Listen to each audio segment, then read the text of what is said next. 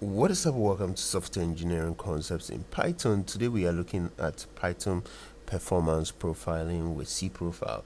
So the cProfile model is a powerful built-in tool in Python that actually provides developers with detailed insights into their code's performance characteristics. So unlike simple timing methods, cProfile offers comprehensive deterministic profiling by measuring execution time and then call counts for every function in your program.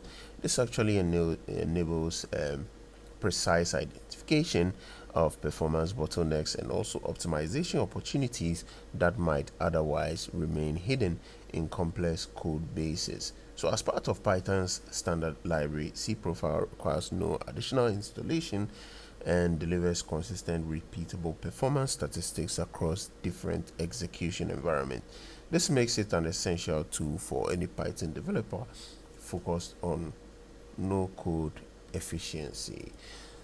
So there's a command line profiling, okay, where you can use this code. This method actually profiles the entire script execution, displaying results in terminal ordered by internal time. So this is a code you can use to in your command line profiling. So when programming, you import it by doing an import, and then you use this code block here to profile it. Okay, so I have to save results to a file with dash